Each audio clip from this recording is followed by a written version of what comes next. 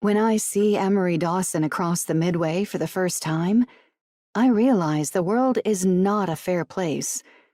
I wanted him to match the image I had of a hunchbacked, mustache-twirling, top-hat-wearing villain. I wanted him to have a dastardly smile and skinny chicken legs, maybe crooked teeth for good measure.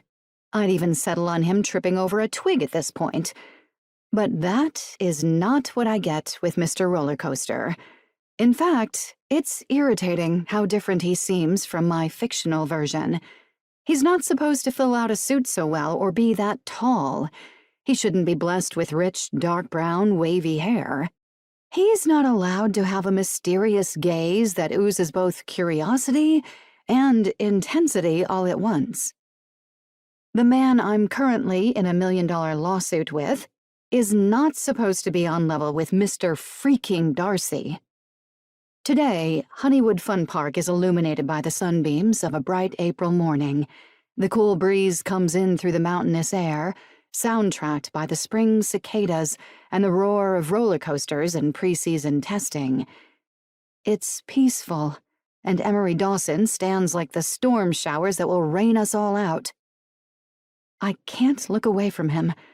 I know I should. I know I'm playing with fire by being in the same vicinity as him. My lawyer would be shooting daggers at me, literally and figuratively. But that's why I didn't tell him Mr. Roller Coaster was coming to Honeywood Fun Park this week, or that I had a meeting with him.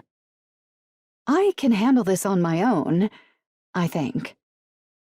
He turns in my direction. I feel my hand tighten around the clipboard by my hip, the same hip that's been giving me problems for a few days now.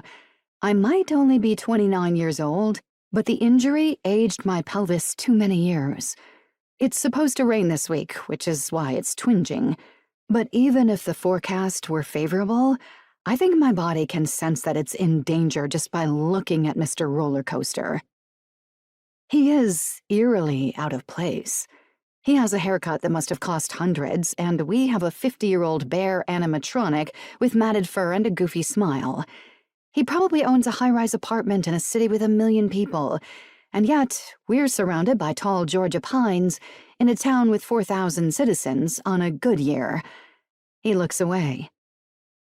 I don't think he saw me. Of course, the pompous man didn't. He probably wouldn't notice anything beyond that beautiful scowl of his.